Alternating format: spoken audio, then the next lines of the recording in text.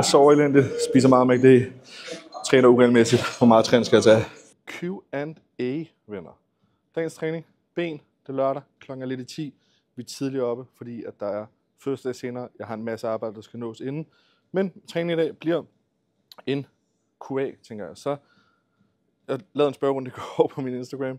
Har ikke fået svaret på det eneste spørgsmål, da det blev en travl dag, og der skete alt muligt andet. Så det, der kommer til at ske, det er, at jeg kommer til at tage et spørgsmål mellem hvert sæt, tænker jeg. Så mellem hvert sæt svarer jeg på et spørgsmål, kører det igennem, og så bliver det sådan en QA, hvor jeg får Claudia til at smide spørgsmålene op. Her, og måske nogle billeder af et eller andet, hvis det er en del af svaret. Og så bliver det sådan en træning, så mig der træner, mig der svarer på QA-spørgsmål, question-spørgsmål, spørgsmål fra Instagram, og så tager vi den derfra. Så bentræning, smadrer igennem, svarer på nogle spørgsmål, og så se med.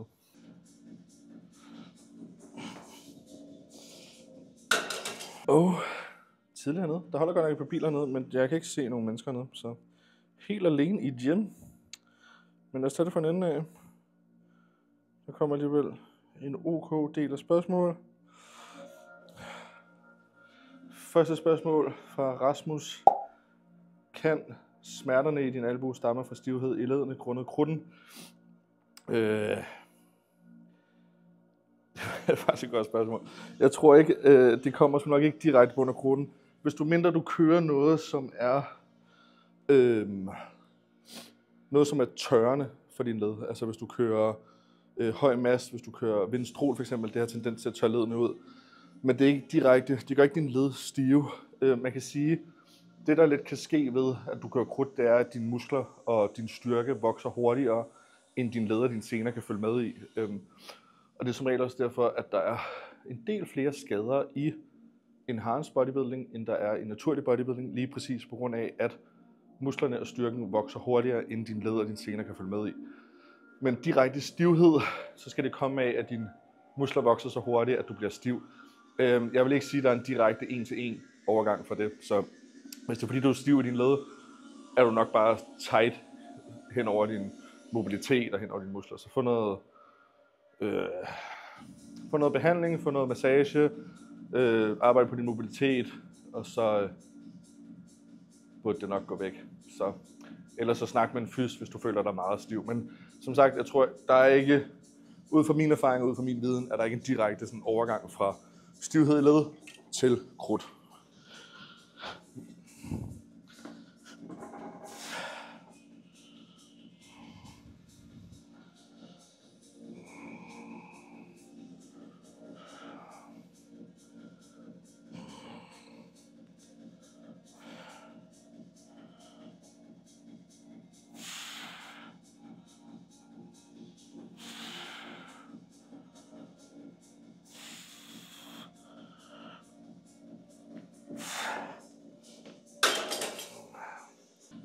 Tommy B., min klient, spørger, slipper du nogensinde afsted med dine mærker fra din apnømaske?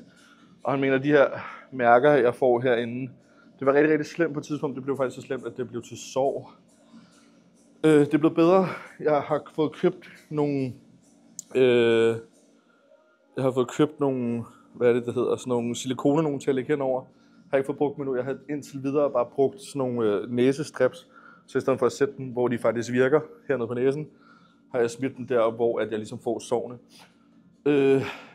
Han skrev det nok også, fordi jeg tog billedet af, at man skulle sende spørgsmål til mig, lige da jeg var stået op. Og så er det selvfølgelig slemt. Lige når jeg har vågnet og tager den her maske af, har jeg mærker her, og mit rynker i hele fjeset, og ja, jeg ligner en på 60, lige når jeg tager sådan en maske af. Men det var klart, at jeg har en maske, der sidder stramt hele natten, som ligesom bare sidder og maser ind på mit ansigt. Så det er klart, at der er nogle mærker efter 8-9 timers søvn.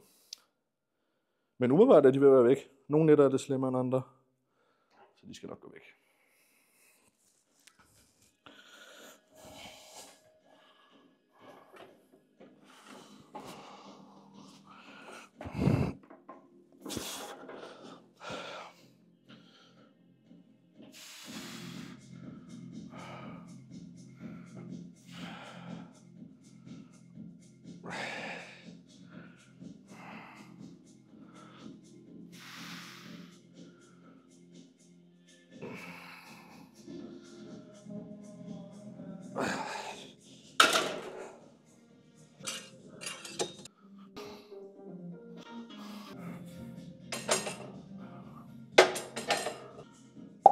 Hvor køber du fra Luxis? Hvor køber du sprøjter, nåle, etc. til injektion, og i hvilke størrelser? Jeg køber dem enten på apoteket, det er det dyre valg, men det hvis man har glemt at købe det, så skal man skynde sig derop og få købt nogen, så man ikke går klip af sine sprøjtninger. Ellers så køber jeg på Med24, dejligt billigt, og de har alt derinde. Jeg bruger jo insulinnål til daglig forbrug til både steroider og min L-carnitin og Pyragout og så videre. Så der bruger jeg bare insulinnål på 1 ml, og så ellers så bruger jeg de orange lange til at skyde i lats og lår. Jeg bruger de blå lange til at skyde i baller, når jeg nogensinde skyder i baller. Det gør jeg ikke særlig meget, fordi jeg kan ikke nå det om. Og så bruger jeg bruger de lyserøde til at suge op, men de er lige lidt for store, så dem skal jeg lige gå en tang nedad. Men jeg bruger de store lyserøde til at suge op med. Det har jeg gjort indtil videre.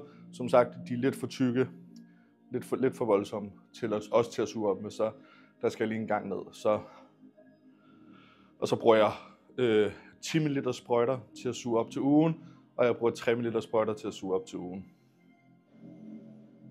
Så ja, hurtig recap. 10 ml sprøjter, 3 ml sprøjter, 1 ml insulinnål, orange lange, blå lange og lyserøde til at suge op med.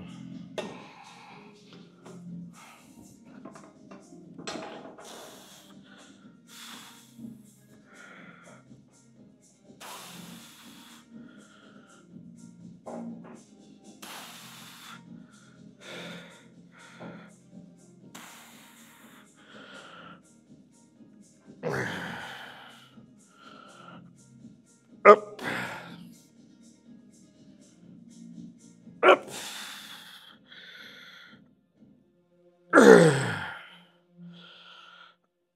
Up.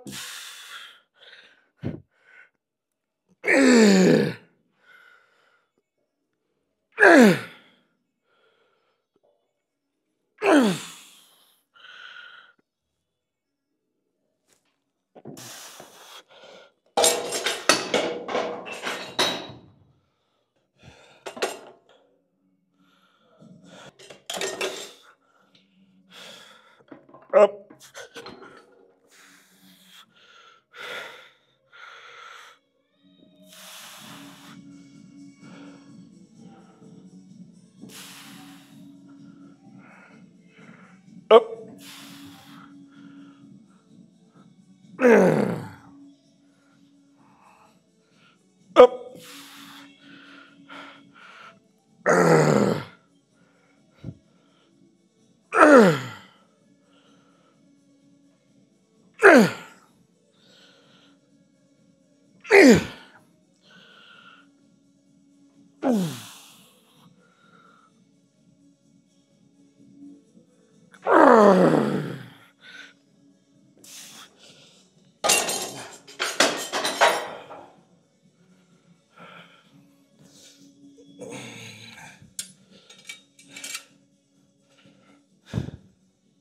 Første øvelse slut. Lang lægkød næste. Kan du anbefale produkter til oppustet mave og som hjælper sund tarmflora? Om jeg kan. For det første, jeg tænker, vi tager udgangspunkt i, at du har fået styr på fødevarer, du ikke kan tåle. Så du spiser ordentligt. Du spiser ting, som du kan tåle. Du spiser let fordøjelige fødevarer. Så lad os tage udgangspunkt i, at du har styr på sådan det basic omkring en sund fordøjelse og en sund mave, fordi det er at få styr på de fødevarer, man spiser. Når det så er sagt, produkter, som vil hjælpe dig rigtig, rigtig meget. Jeg får Claudia til at smide dem op her rundt omkring. Men på Supreme Subs BF10 selvfølgelig, fordi de har alle produkterne. Brug min kode, spar nogle penge. Probiotika. Genial produkt, også i forhold til lige præcis at skabe en sund tarmflora. Vi har 1 milliard bakterier i vores mave. Få styr på den. Lad os sige, at du har været på antibiotika, så er den højst sandsynligt fucked forever, indtil du får styr på den. Så probiotika, stable burde være en stable i stort set alles sådan kosttilskuds retissement i forhold til, at det bare skaber en sund balance af de bakterier, man har i maven. Så en probiotika, smider den op her. Digestive enzym, også fucking lækker produkt, især hvis man begynder at presse maden lidt, hjælper med at nedbryde kulhydrat, fedt og protein. Hvis man køber et ordentligt produkt, som det jeg bruger her, så er der også andre ting i forhold til at hele. Der er betan i, som ligesom heler sådan mavevæggen. Der er også nogle andre ting i, som ligesom bare hjælper på at fordøje den mad, vi faktisk smider ned i den. GodGuard Plus er vidunderligt produkt. Altså sådan der, hold kæft hvor er der. Det har manglet på markedet. Men det er med, smid den op her. Det er kommet, og det spiller bare. Det er bare lækkert. Stort set alle, jeg har haft på mit team, som ligesom, hvor vi har styr på sådan det basic. Maden bliver presset, maven bliver en lille smule presset på at skulle optage meget mad og nedbryde meget mad. GodGuard Plus heler stort set alles maveproblemer. Så det er et virkelig lækkert produkt. Det er også for folk, som, lad os sige, man kører oraler, lad os sige, man kører trin. Det har tendens til at fuck din mave.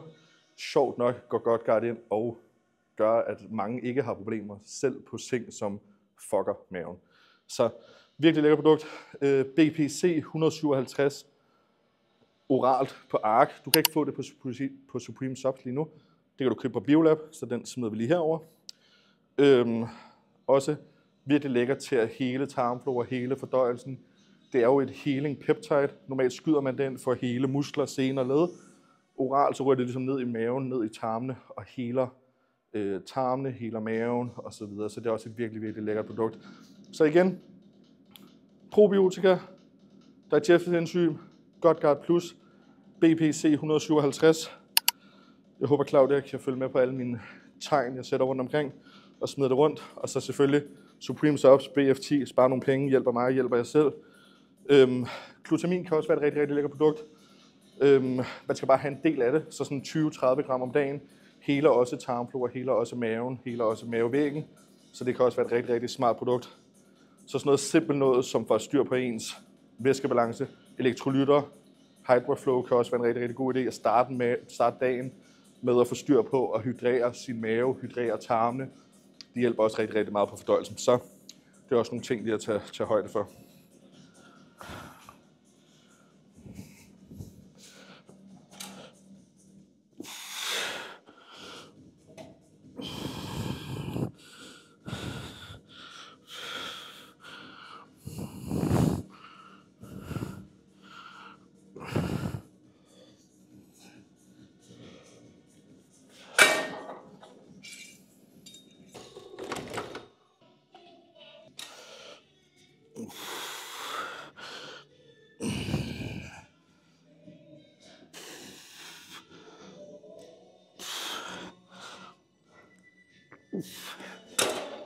M. Horup vil 300 mg test, 200 mg primo være en fin ratio.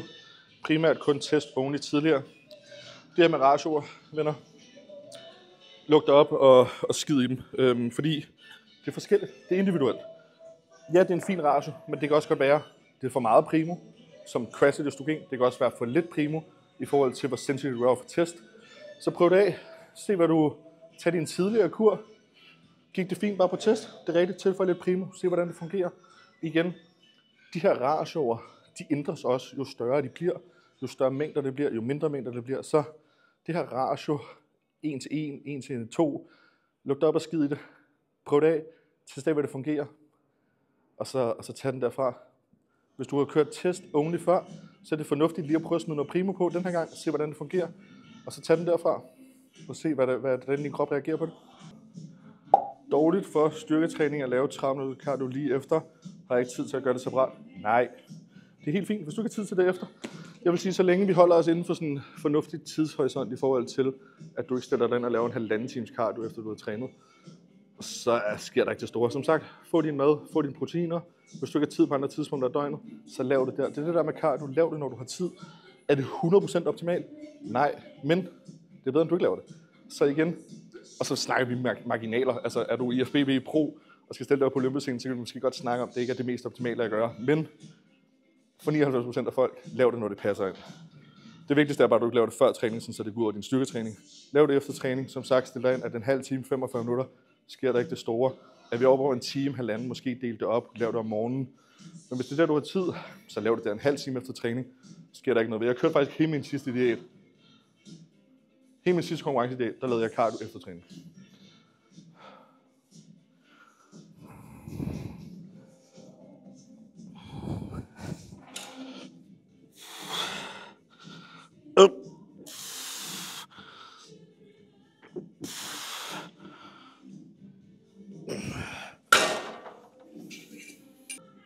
Så skulle jeg stikke den her ud i dag, så tager lige et spørgsmål her, og så fokuserer jeg lige, zoomer det ind.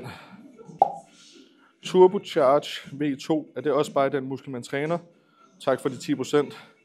Det var så let. Altid BF10, spar nogle procenter. Turbocharge er jo Inject Pre-Workout produkt med L-Carnitin i. Du vil sikkert skyde den muskel, du træner det i.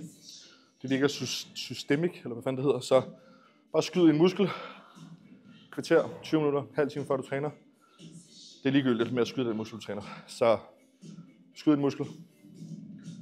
Og det er det.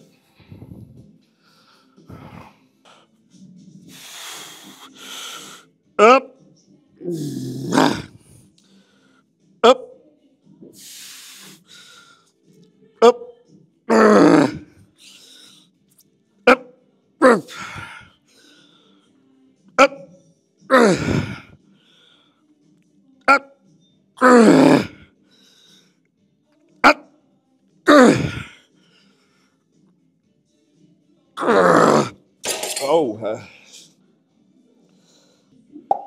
300 til 400 test E plus 175 mast i 20 uger. Hvor længe vil du cruise på 200 test efter det? Indtil dine blodprøver er gode igen. Er det helt dumt at tage mast E, hvis body fat er på 13%? Jeg tror, for det første, tror jeg ikke, din 5% er på 13. Nu har jeg ikke set bedre af dig, men lad os sige, den er på 13. Det er ret lavt. Men lad os sige, den er på 13.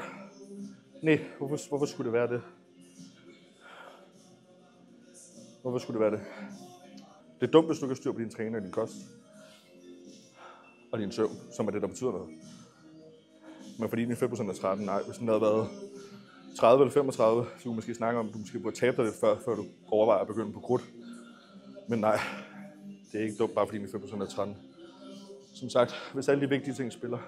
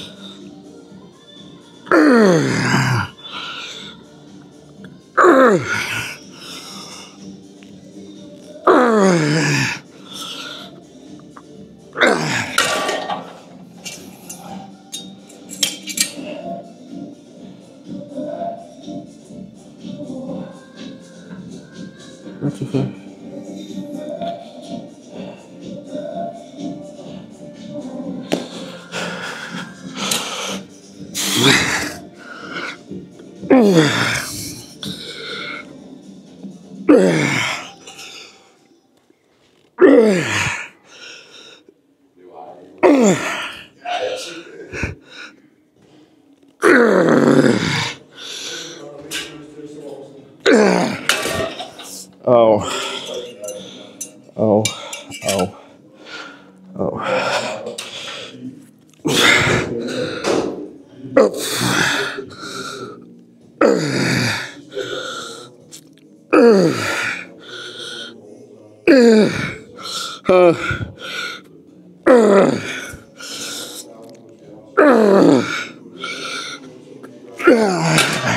Au.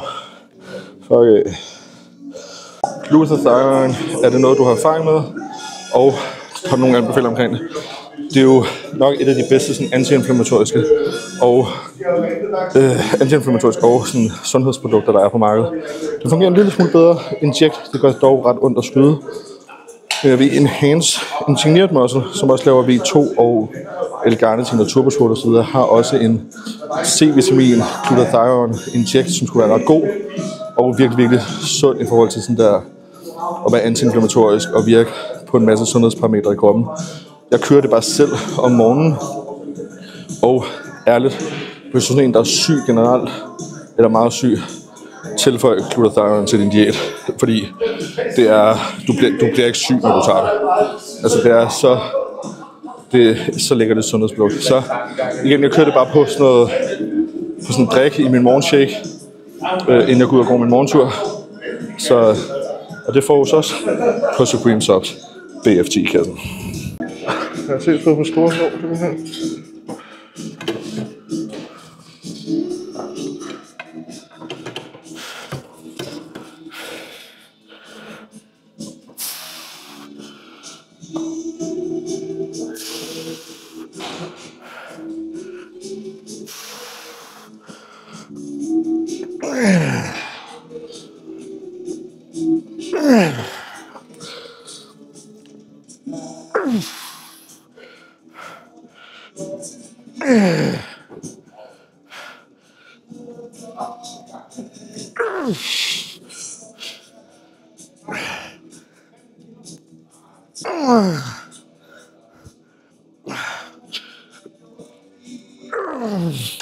Au. Au.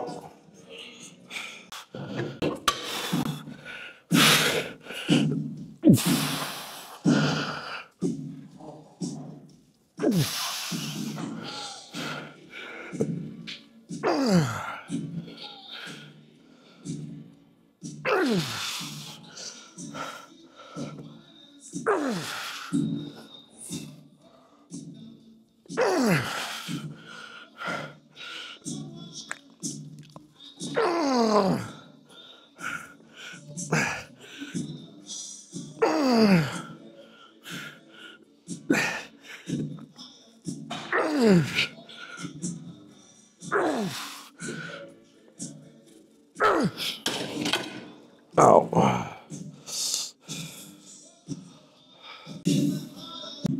Den er bare pre-workout. Eller, hvad står der? Eller fordelt over dagen, hvad fordele og ulemper. I forhold til det, det er det samme med sådan alt oralt. Du kører på 2 forskellige måder. Du kører det alt sammen sådan et par timer inden træning, så du bruger det som sådan pre-workout boost. Det virker så hurtigt, så hvis du kører det sådan op til træning, så kan det faktisk give et boost i styrke, mens du træner. Det skaber selvfølgelig en større peak, da de fleste oraler er sådan 6, 8, 9 timers serveringstid. Så du får et ret stort peak, og så får du sådan et fald i løbet af dagen. Eller man kan dele det op, så du får et mere stabilt niveau hen over dagen, og så bruge det mere som sådan addition til din stack, så igen værdier og hormoner er mere stabile. Jeg kan godt lide at bruge det som, når jeg bruger orale, så bruger jeg det som et pre-workout boost i forhold til, hvis man er i en periode, hvor styrken står en lille smule stille, eller man har brug for det her ekstra ryg i slutningen af en kur til lige at få presset det sidste ud af sådan den her push-up fase, og lige kørt den ekstra styrke på. Så kører det som regel en time, 2 timer i en træning, for lige præcis at få det her ekstra boost, ekstra styrke, mens vi træner. Og igen, det er jo samme dosis, om du tager det hele på en gang, eller tager det over dagen. Du får bare et større peak og et større fald, hvis du tager det på en gang, end hvis du tager det fordelt over dagen, så er den mere stabil. Så dosis er i princippet det samme.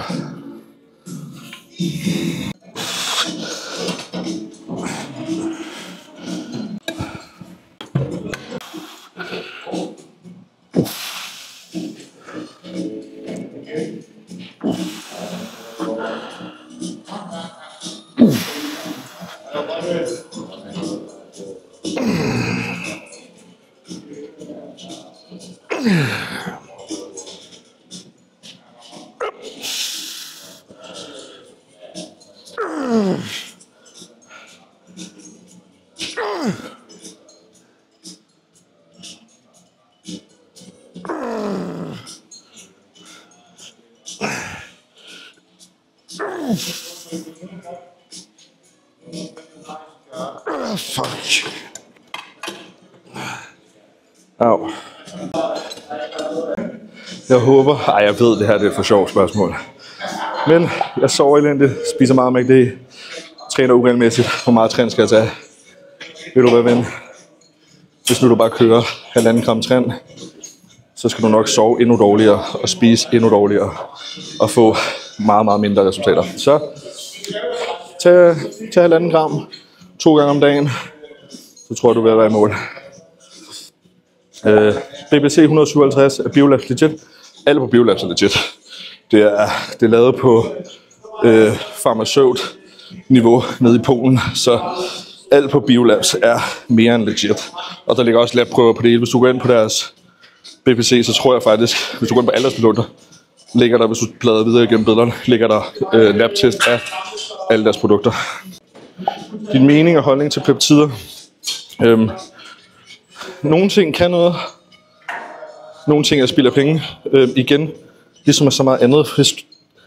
Problemet med peptider, jeg føler lidt, så kommer sådan en tendens til peptider, at det har fået, det er sådan lidt det samme som SARMs. Det er folk, der ikke rigtig vil gå den rigtige vej i forhold til krudt. Og så køber man peptider i håbet om, at det skal redde din dårlige kost, din dårlige søvn og din dårlige træning. Og så skal peptiderne ligesom gå ind og være magiske og redde den del for dig. Det kommer det ikke til. Peptider har sin plads. Peptider kan noget, for eksempel BPC 157 og TB500 er peptider. Så det har sin plads, det kan noget. Og igen, nogle ting kan mere end andre. Men hvis du har styr på basic, så det er ikke magisk, og det er ikke magisk. Det kan gøre små ting, det kan hjælpe på små ting. Så igen, have styr på det hele, som faktisk betyder noget, som er kost, træning, søvn, væskebalance, alt sådan noget. Og så kan man begynde at kigge ind i de der små ekstra procenter ting kan give. Dog husk, de fleste peptider er stadig på dopinglisten, så de er ulovlige.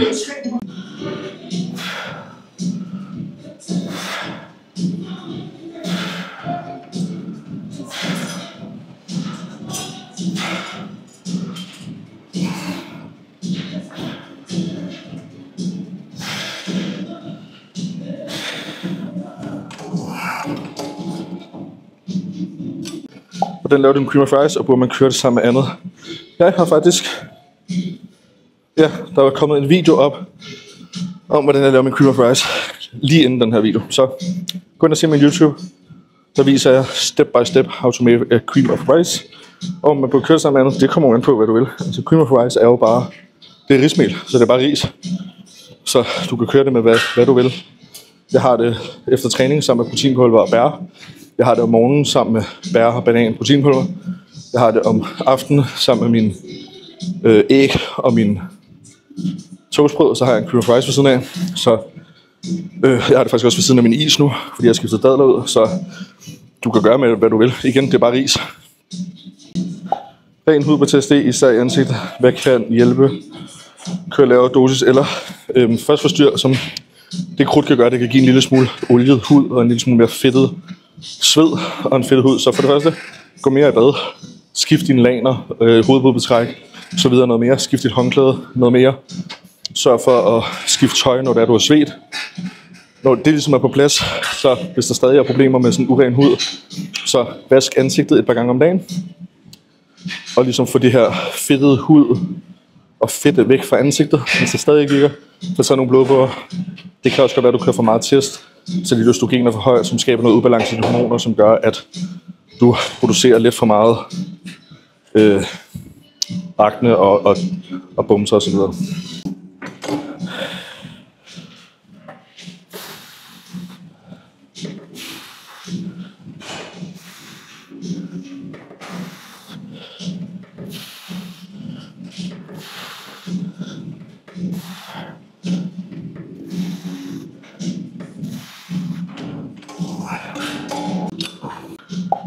Test under vægttab.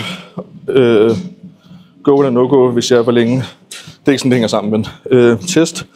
Du skal ikke bare køre test, bare for at køre test. Du lukker din egen produktion ned. Der er risiko for, at du bliver steril, infertil, hvad fanden det hedder, for evigt. Det kan være, at du aldrig får dit testosteronniveau tilbage. Så du skal ikke bare køre det for at tabe dig. Hvis det er fordi, du bare er overvægtig og skal tabe dig, så er det kalorieunderskud. Krudt gør ikke, du taber dig hurtigere.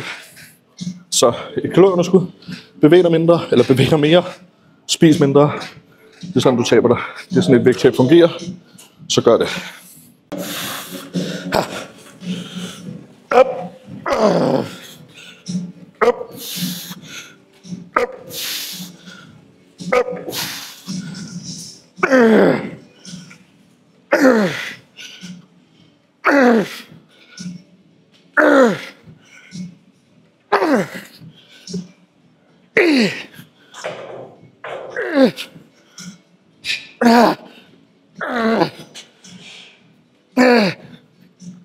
Fuck.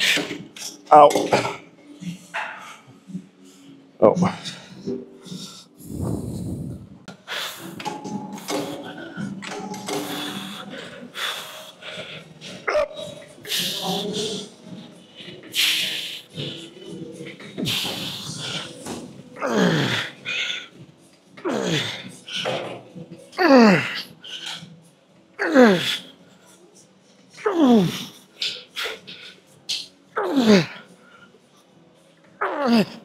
Fuck. Hey.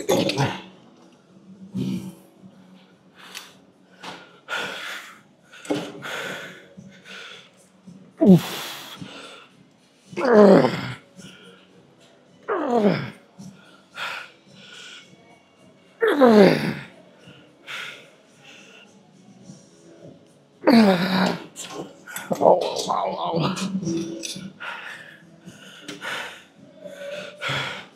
Up.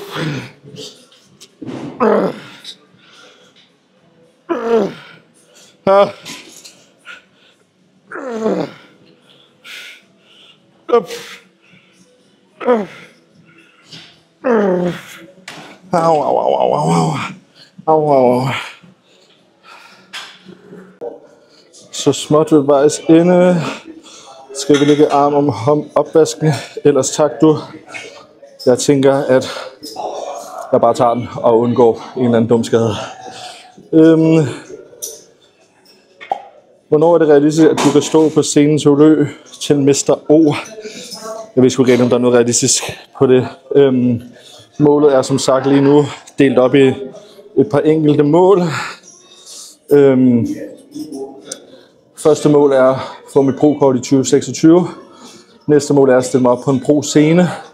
Og så må vi se, hvad det bliver til derfra, hvad jeg kan tillade mig at have af forventninger og målsætninger.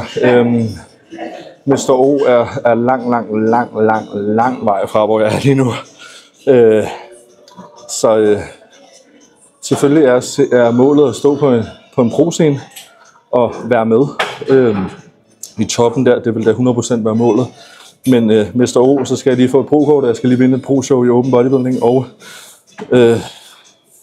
vi ved godt, hvordan det ser ud der, og der er sgu lang vej. Så en ting ad gangen.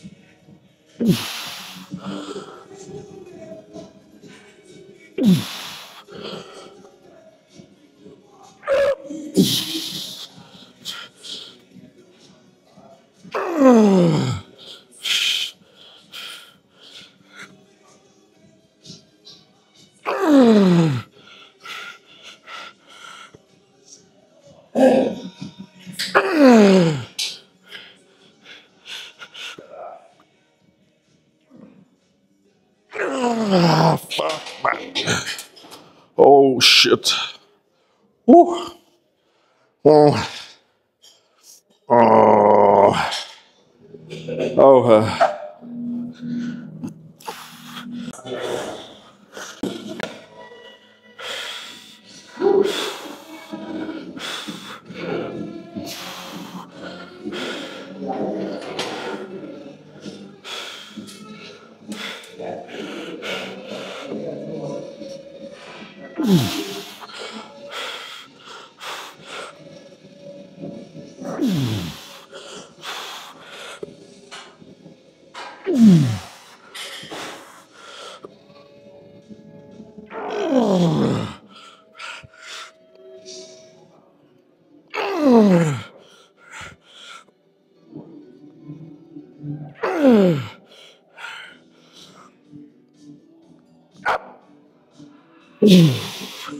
Oh, fuck.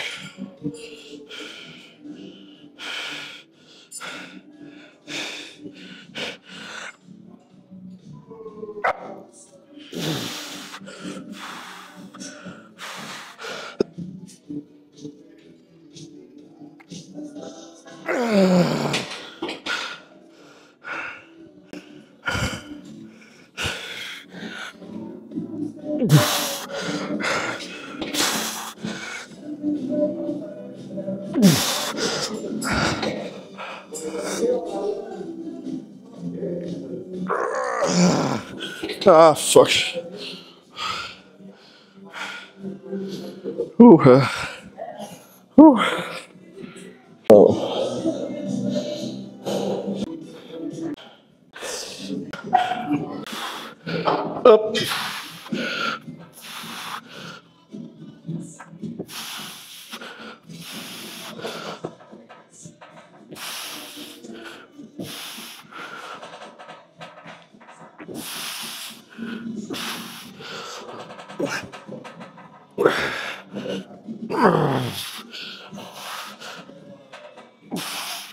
Up.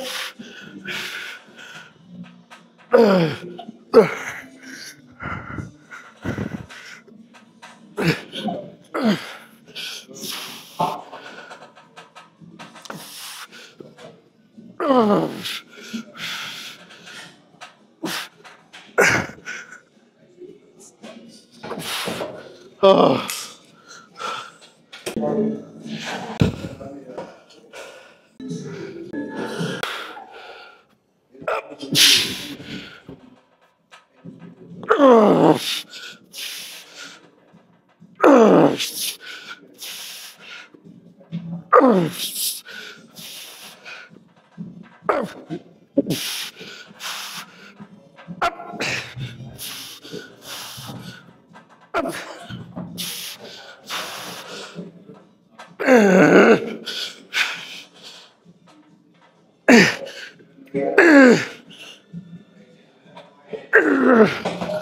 Fuck, mand.